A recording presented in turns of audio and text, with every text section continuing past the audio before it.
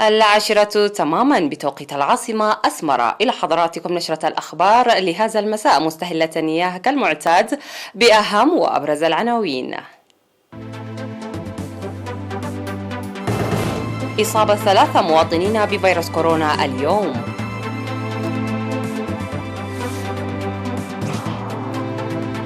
ورشة عمل للأمن الغذائي في أسمرة.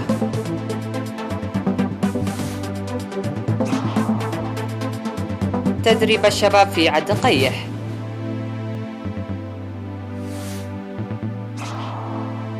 أمريكا تدعو لمواجهة تهديدات الصين في ختام اجتماع للناتو. ميركل تبدي قلقها على مستقبل الاتحاد الأوروبي في قمة ببروكسل. ورباعي فيينا يجددون دعوتهم إلى عودة طهران سريعا إلى المحادثات النووية. إعلان وزارة الصحة. أعلنت وزارة الصحة أن الفحوصات المخبرية التي أجريت اليوم في مراكز الفحص في الإقليم الأوسط أظهرت إصابة 3 مواطنين بفيروس كورونا في أسمرة. في غضون ذلك شفي مواطن واحد من مرضى كورونا في الإقليم الأوسط، وبهذا بلغ عدد المصابين بفيروس كورونا في البلاد حتى الآن 6792. شفي منهم 6708، وتوفي 45 مريضا، فيما لا يزال 39 مرضى يتلقون العلاج في المستشفيات. وزارة الصحة 24 من أكتوبر 2021.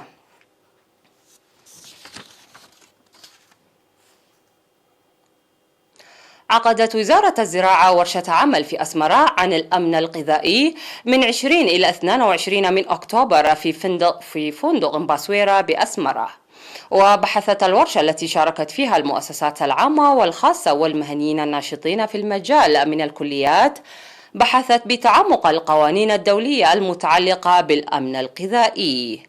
وبحثت الورشة أيضا إمكانية تجمع وتنسيق مؤسسات الأبحاث الزراعية التي تعمل متفرقة، ووجود قوانين مشتركة للقطاعين العام والخاص على مستوى البلاد، ورفع معرفة الشعب بتحقيق الأمن الغذائي. وأشار المشاركون إلى أهمية وآنية ورشة العمل، مناشدين لعمل المؤسسات العامة والخاصة بالتعاون مع الجهات المعنية.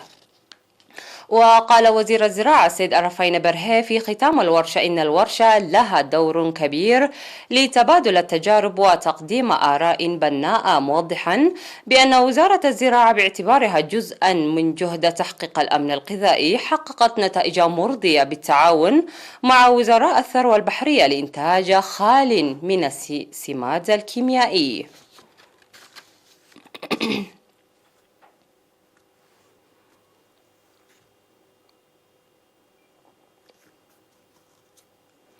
تلقى أكثر من 200 شاب عامل في المؤسسات الحكومية دورة تدريبية مهنية ل3 أشهر في مديرية عد قيح، وتضمنت الدورة التدريبية تربية الدواجن والنحل وتصفيف الشعر وتقنية الكمبيوتر وغيرها من المهن.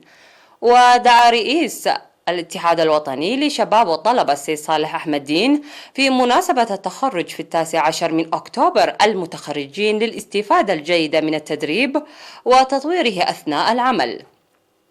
وقال إن نتائج التدريب تقاس بتحسين الحياة المعيشية والتأثير على المحيط. من جانبه أوضح مدير مديرية عد قيح السيد حبتاي هبتزقي أن بناء الشباب يعتبر بناء الوطن وضمان المستقبل، وقال إن المهمة ليست للاتحاد الوطني للشباب والطلبة وحده، بل هي مسؤولية عموم المجتمع.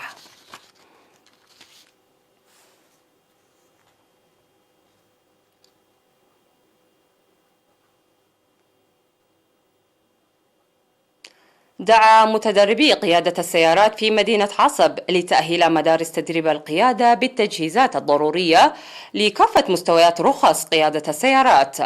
وذكر المتدربون بأن معظم المدارس تقدم التدريب للرخصة الثانية، ويوجد نقص للتدريب لمستوى الرخصة الثالثة، وتوقف التدريب للمستويين الرابع والخامس هذه السنة. وأوضح فنيو امتحانات قيادة السيارات تزايد إعداد المتدربين في جميع مستويات القيادة لكن مستوى مدارس التدريب ليست بمستوى هذه الزيادة، ويجب حل الإشكالية. ودعوا مدارس قيادة السيارات لاكتساب المعرفة اللازمة لقيادة الدراجات النارية لضمان قيادة آمنة للدراجات النارية الكثيرة في المدينة. وقال مسؤول النقل البري في إقليم جنوب البحر الأحمر السيد رؤسوميح دوغو إن مدارس قيادة السيارات في مدينة عصب ليس لها مصاعب كبيرة باستثناء النقص في التجهيزات، ومن المهم إدخال وسائل تدريب جيدة لتخريج سائقين أكفاء. وأشار إلى إجراء امتحانات قيادة السيارات مرتين في السنة وضعا في الاعتبار لتزايد المتدربين.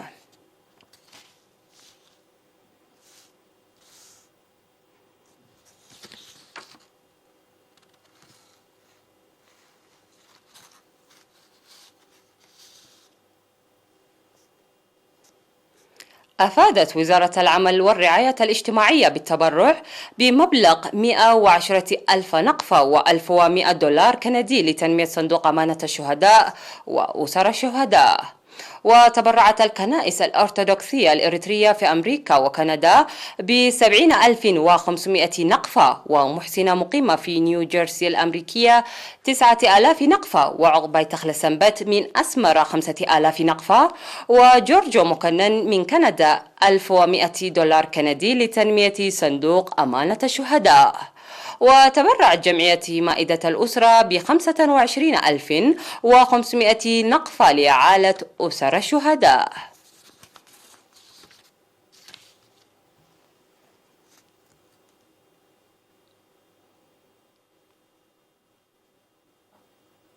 سيداتي سادتي، هذه كانت أخبارنا المحلية. فاصل قصير من ثم نعود لمتابعة الأنباء على الصعيد العالمي. ابقوا معنا.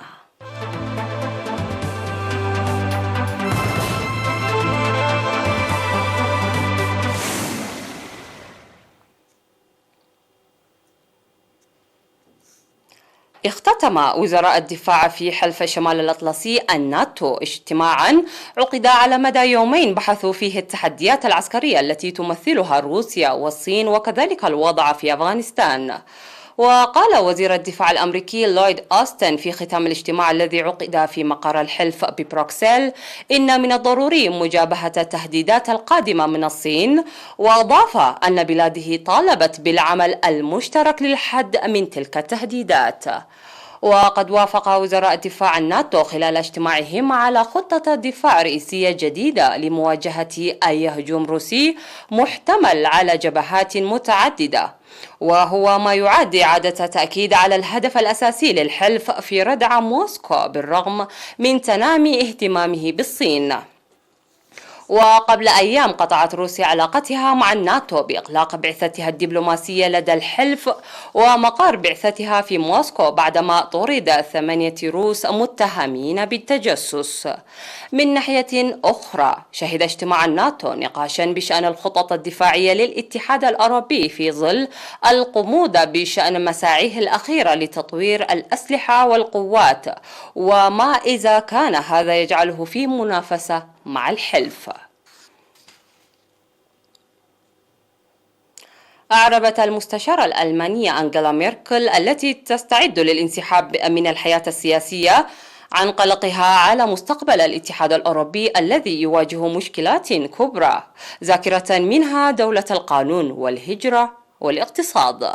وقالت ميركل خلال آخر قمة أوروبية تشارك فيها في بروكسل: أترك الآن هذا الاتحاد الأوروبي في وضع يدعو إلى القلق. وأخيرا أبدت المستشارة قلقها على قدرة الاتحاد الأوروبي التنافسية ولا سيما في مجال التكنولوجيا الجديدة مثل الذكاء الاصطناعي. هذا وأعلنت رئيسة المفوضية الأوروبية أورزولا فون دير لاين أن الاتحاد الأوروبي لن يمول أسلاكا شائكة وجدرانا على حدودها لمنع دخول المهاجرين وفق ما تطالب به 12 دولة بينها ليتوانيا والنمسا. وقالت فوندير لاين في ختام قمة للدول 27 في بروكسل: تم بحث المسألة خلالها كنت في غاية الوضوح حول أن هناك منذ زمن طويل موقفا مشتركا للمفوضية والبرلمان الأوروبي حول عدم تخصيص تمويل لأسلاك شائكة وجدران.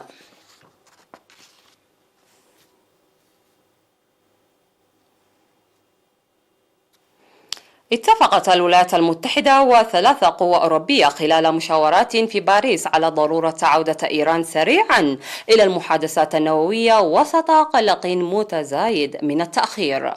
وقال المتحدث باسم وزارة الخارجية الأمريكية نايد برايس إن المبعوث الأمريكي بشأن إيران روب مالي تحدث مع نظرائه من بريطانيا وفرنسا وألمانيا حول كيفية استمرار الدبلوماسية في توفير المسار الأكثر فاعلية بشأن إيران.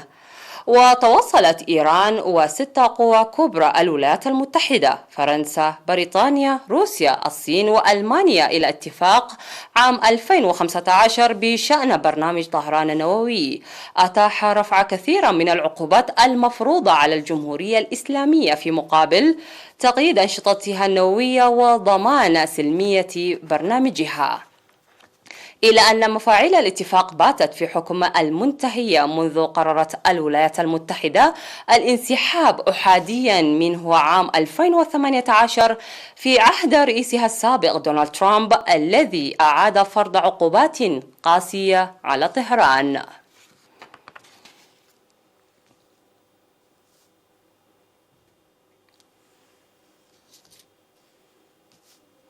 قالت السلطات الأمريكية إن الممثل أليك بالدوين أطلق النار من مسدس يفترض أنه يحوي طلقات فارقة بموقع تصوير في نيو مكسيكو، مما أسفر عن مقتل المصورة السينمائية هالين هاتشينز وإصابة المخرج جويل سوزا.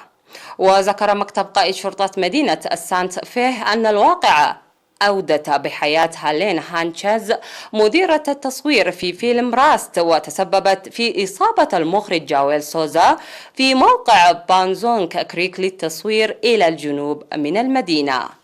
ونقلت طائرة هليكوبتر مديرة التصوير لمستشفى جامعة نيو مكسيكو حيث أعلنت وفاتها، في حين نقلت سيارة إسعاف المخرج إلى مركز سانت فينسنت الطبي الإقليمي للعلاج من إصابته. وبالدوين 63 عاما منتج مشارك في فيلم القرب الأمريكي راست الذي تدور أحداثه في كانساس في ثمانينيات القرن ال19.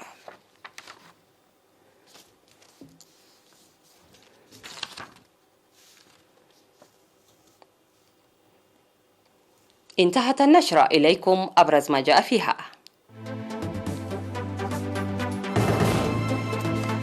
إصابة 3 مواطنين بفيروس كورونا اليوم. ورشة عمل للأمن الغذائي في أسمرة.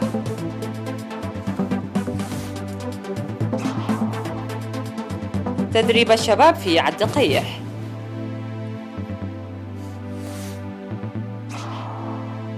أمريكا تدعو لمواجهة تهديدات الصين في ختام اجتماع للناتو. ميركل تبدي قلقها على مستقبل الاتحاد الأوروبي في قمة ببروكسل. ورباعي فيينا يجددون دعوتهم إلى عودة طهران سريعا إلى المحادثات النووية. إلى اللقاء.